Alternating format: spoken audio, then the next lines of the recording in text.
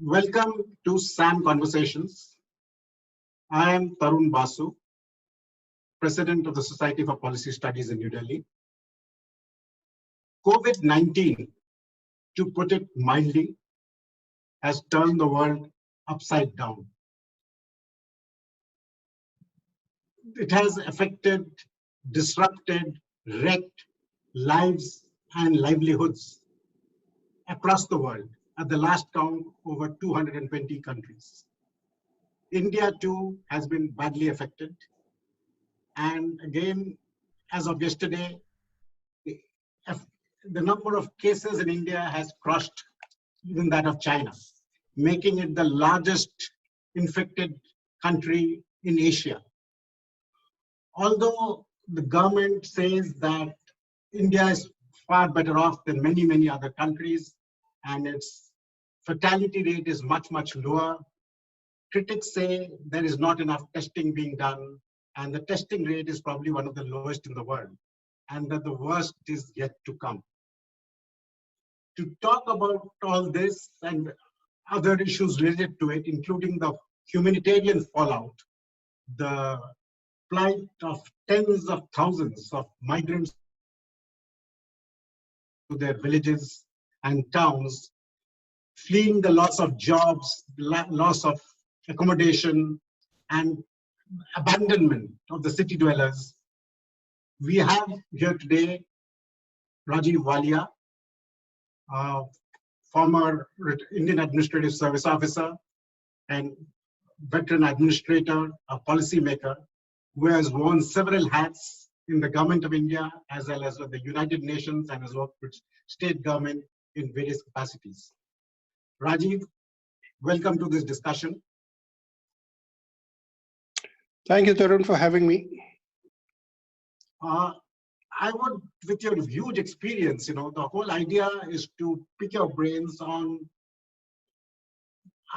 in terms of policy orientations, and where do you think things could have gone better? Many people have written about this whole pandemic. Let's not get into the scientific and the medical aspects of it. That is beyond our area of interest, but more on the policy orientation in terms of the humanitarian aspect of it, and the sight of tens of thousands of people who have taken to the street to go back to their homes and villages, the sight which people say have not been seen since the partition days. Do you think this could have been handled better? Well, Tarun, certainly this could have been handled better. And I'm not saying this just in hindsight. It's a basic principle of governance that when you deal with such crisis situations, you try and anticipate such major social issues, humanitarian issues. And obviously, this was not anticipated, and there are various reasons for that. But first, Tarun, let me say that this is the worst kind of a natural disaster or a biological disaster that the government had to face, and it's just not India; it's throughout the world. The administrations, the governance was not prepared to handle such a thing, and I must also add that the policy initiatives, the strategies that were taken to handle such an pandemic were good, but they really lost sight of the humanitarian issue. And we all know that this could have been handled better. My first point in why we did not really get this right was because the pandemic was because the lockdown was declared all of a sudden without consulting the states, and that is the one reason why this problem was not anticipated. Well, it's a federal sort of state that India has, the constitution. My first comment is that the government should have consulted the state, got them into confidence, and then imposed this sudden lockdown. Yes, I mean, I think in hindsight, obviously, as you said, a lot of things can be criticized, but also, you have been in the government, you do various scenario plannings to prepare for certain contingencies. But as you yourself said, this was something just no one expected. It was in many ways, the things that are written in corporate clauses, force majeure, where, you just don't know when this will happen and how the shape of the thing which has finally unfolded. Now, in such a situation, the criticism has been on two grounds. One is, of course, that the Prime Minister, when he spoke on the 24th of March, in effect, he just gave 4 hours notice for this thing. I mean, it came into effect on the midnight of 25th March, 24th, 25th March. So there was no time for anybody to prepare for anything. Number two, I think somewhere, because I, again, doing some research on this whole issue, governments just didn't have any idea of the magnitude of this humanitarian crisis that will unfold. The number of people in the informal sector who were working in various cities and industries and other places, and were the backbone of many an industry in our country, they all started to go home as all of a sudden. And the sheer numbers overwhelmed the government. I mean, at one count, there are 40 million people on the streets. I mean, that is the size of European countries. There was a talk that government doesn't have a database of these people. Is that correct to understand that neither state nor central governments have any database of these migrants, and they didn't know that this was going to be such a magnitude? Well, I think you are right here, Tarun, especially because I think I agree with you that the government did not understand the magnitude of the crisis. It is only now that the magnitude is unfolding. Even today, migrants went to Bandra and in the hope that they would be able to catch a train. It is in that sense, I agree, a failure of governance, a failure of the government. This is something which the district administrations should have been able to handle better.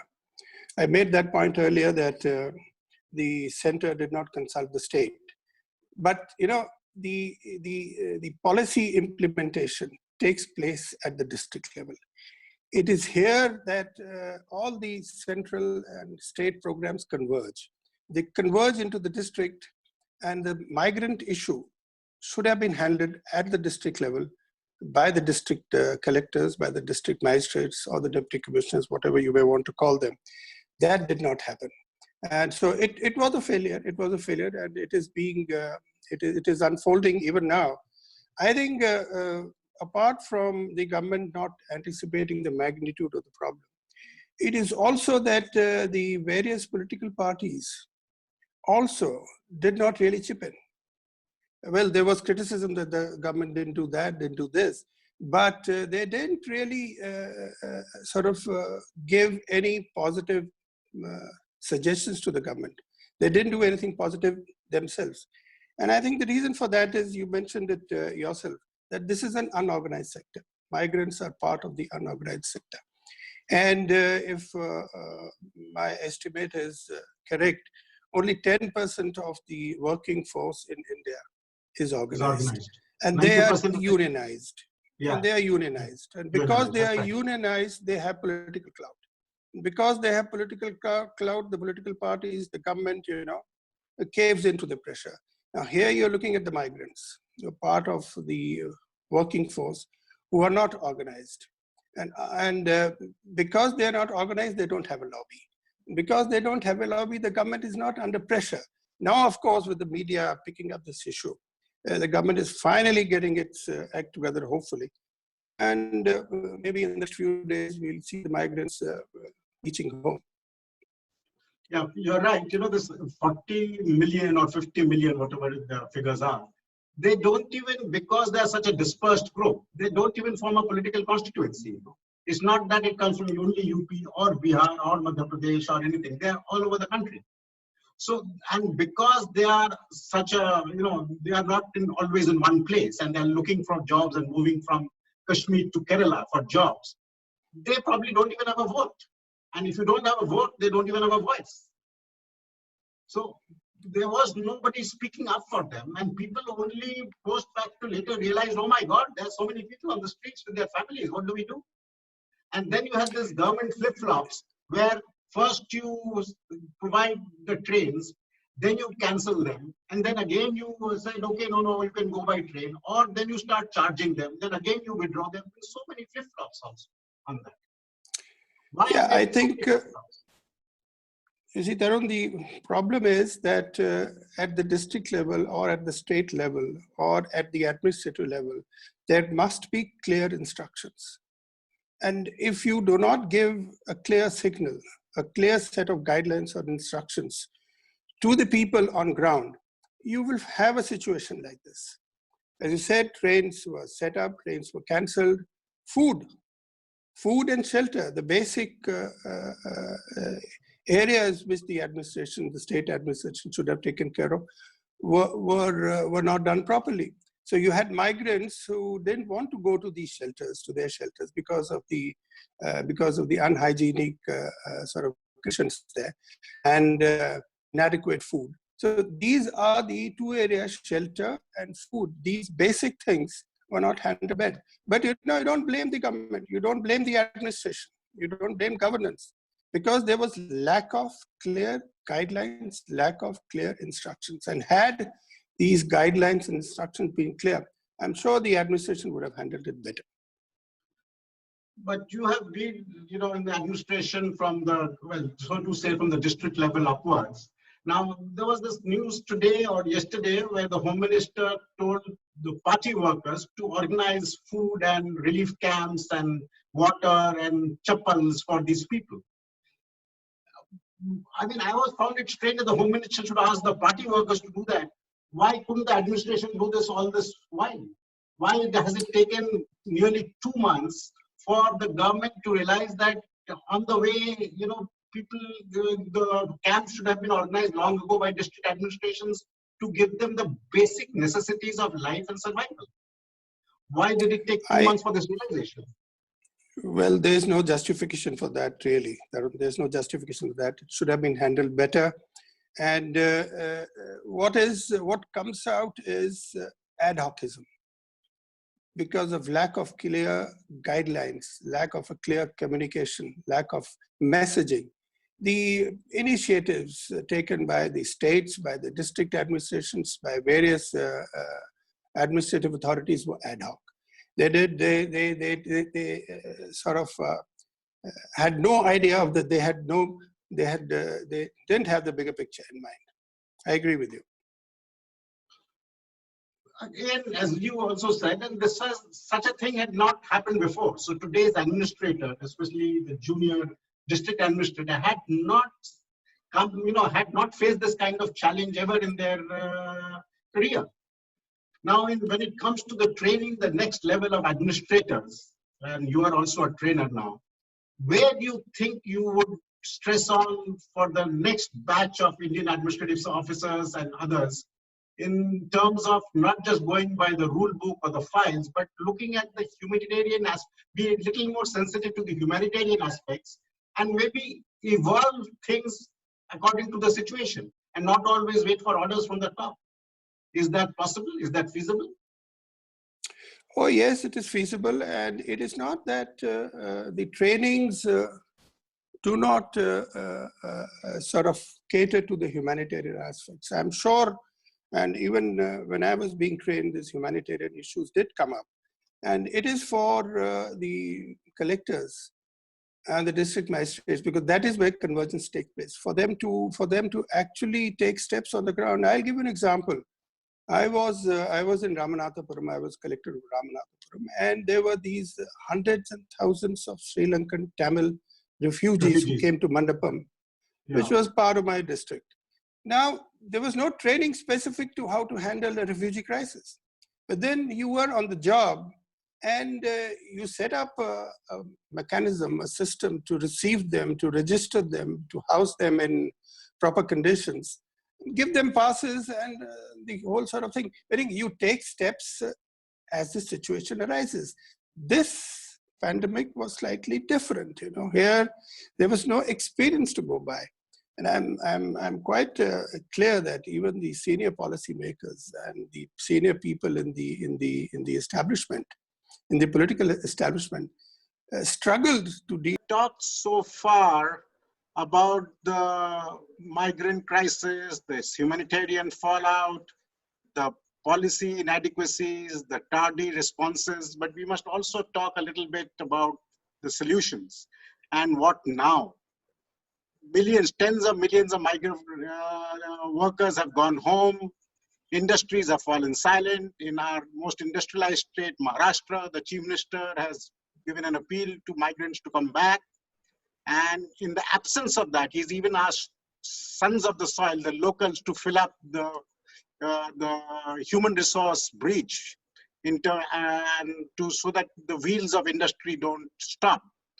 Now, many people say that, and many of these workers say they don't want to come back at all and they would stay back. What is going to be the impact of it, and how will the workers sustain themselves? And if they have to be lured back, what should the government do? One of the things that some experts have talked about is this universal basic income, which is good in theory, but not so good in practice as far as economics is concerned. What is your view about it?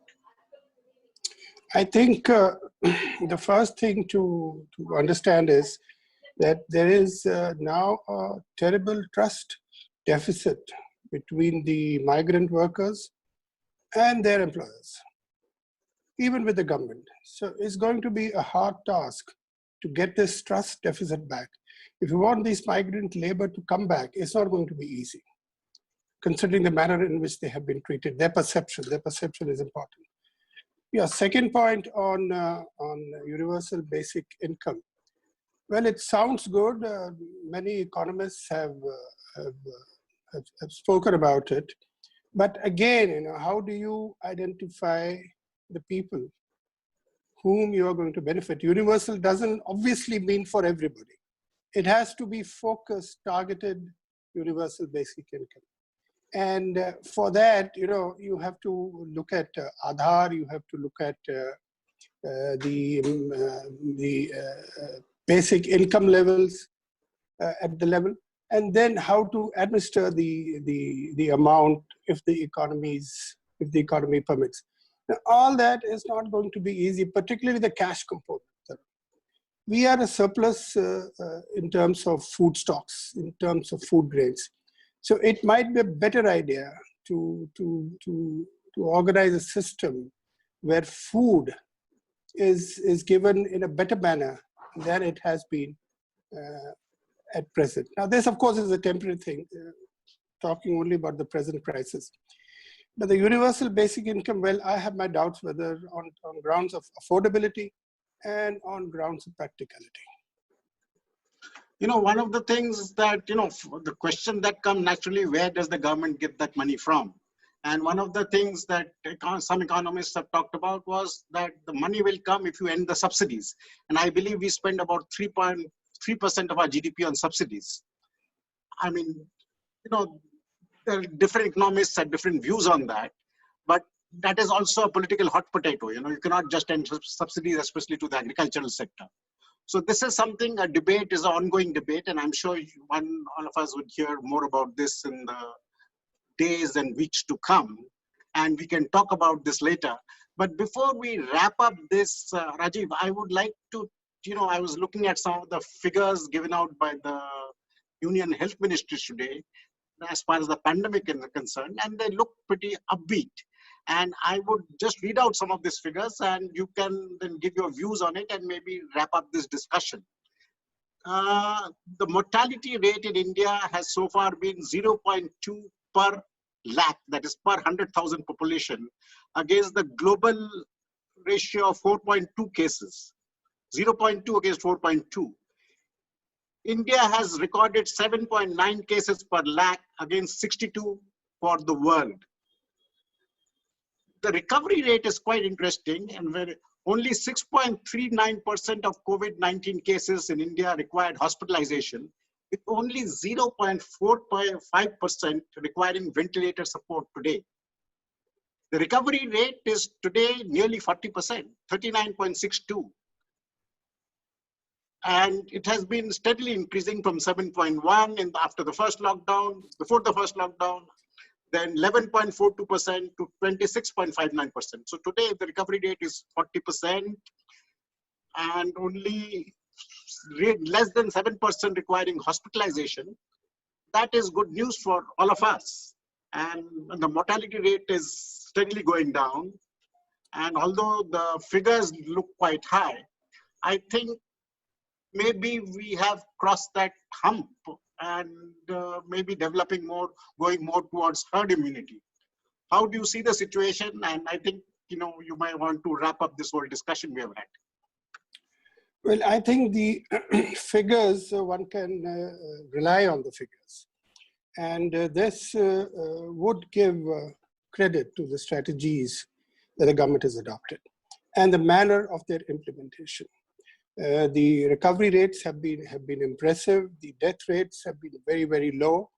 And even if you grant that the testing hasn't been at the level it should be, I do not see the figures changing too much, because there hasn't been, if the death rates, for example, would have increased substantially, you would have got to know, the governments would have got to know about it. It's not that people are dying and nobody knows about it. So I think this one should give credit where it is due. The only point where the government probably was found lacking is on the migrants issue. And I'd like to wrap up on that level, because the debate really that we had, the discussion that we had, was basically on the migrants. Well, I think the government really underestimated the extent of the problem. They underestimated the desire of the migrants to go home. And despite these pictures on the television and on other mediums, there was a degree of insensitivity. I wouldn't blame the center really. Blaming the center really in terms of guidelines. There has been a flip-flop on the guidelines, but to that extent, well, the center was found lacking. But basically, this is a failure at the state level. And whatever is being done, this is now being rectified. Trains are being organized, transportation is being organized. Well, a lot of people say it is too less, too late, but nevertheless, things are happening on a positive side, if I may use that word. And hopefully, in the next few days, we'll have this terrible humanitarian problem under control. My last few words, Tarun, as an administrator, is to underscore the principles of administration and the principles of governance. Now, there are 2 or 3 key words. Number one, cooperation and coordination. Easier said than done. Now, cooperation between the center and the states, cooperation of states within their own borders, cooperation between state and states. As you know, there were travel restrictions for migrants wanted to go from state A to state B, police stopped them, and all these things. Finally, implementation. Now, implementation, I think, was lacking as far as the migrants issue is concerned. Implementation of whatever guidelines the state governments gave or the center gave.